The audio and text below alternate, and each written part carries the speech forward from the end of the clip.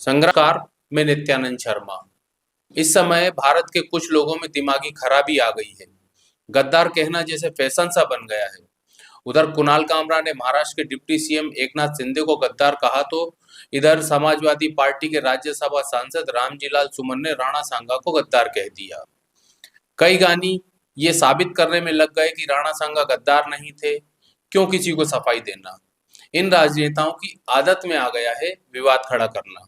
राणा सांगा को गद्दार कहने वाले सपा नेता का नाम तो रामजीलाल सुमन है, लेकिन नाम के हिसाब से ना तो राम के गुण है और ना ही सुमन यानी पुष्प जैसी बात उन्होंने की। उनके मुंह से तो जहरीले कांटे निकले हैं जो भारतीय समाज की छाती में चुभे हैं। इतिहास में क्या हुआ था किसी को नहीं जानना। राणा सांगा ने बाबर को बुलाया था या नहीं, कोई ने नहीं पूछा था, तो रामजी लाल को ये सब बताने की जरूरत क्यों पड़ी? भारत के मुसलमानों में बाबर का खून है या और का, ये तय करने वाले तुम कौन होते हो रामजी लाल सुमन? और तुम्हारी इतनी हैसियत भी नहीं कि भारत के किसी भी महापुरुष के बारे में ऐसी भद्दी बातें करो।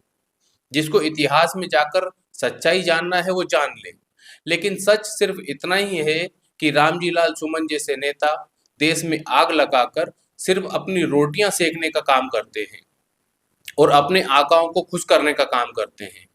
इतिहास के बारे में मुझे कुछ नहीं कहना। कई लोगों ने इस बारे में जानकारी दे रखी है। मैं तो बस इतना जानता हूं कि ऐसा बोलने के पीछे सिर्फ राजनीति करना मकसद है।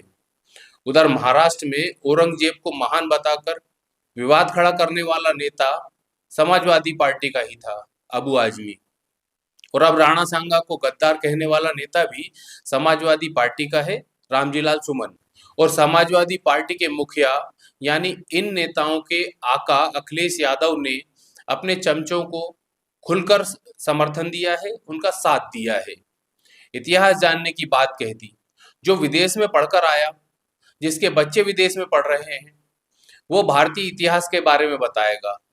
शायद अखिलेश यादव ज्ञान देने से पहले ये भूल गए कि उनके पिता मुलायम सिंह ने निहत्थे राम भक्त कार सेवकों पर गोलियां चलवाई थी। तुम भूल गए होगे अखिलेश बाबू, लेकिन देश इस शर्मनाक हरकत को कभी नहीं भूल सकता। अगर बाबर को बुलाने पर राणा सांगा को अपमानित किया जा सकता है, समाज के गौरव पर हल्की टिप्पणी की जा सकती है, तो बाबर ने प्रभु श्री राम के मंदिर को तोड़कर बाबरी मस्जिद बनाई।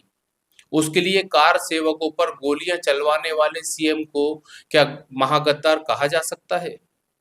समाज में फूट डालने वाले नेताओं को एक बात अच्छे से दिमाग में बैठा लेना चाहिए। भारत का मुसलमान पहले भी देशभक्त था, आज भी है और हमेशा रहेगा।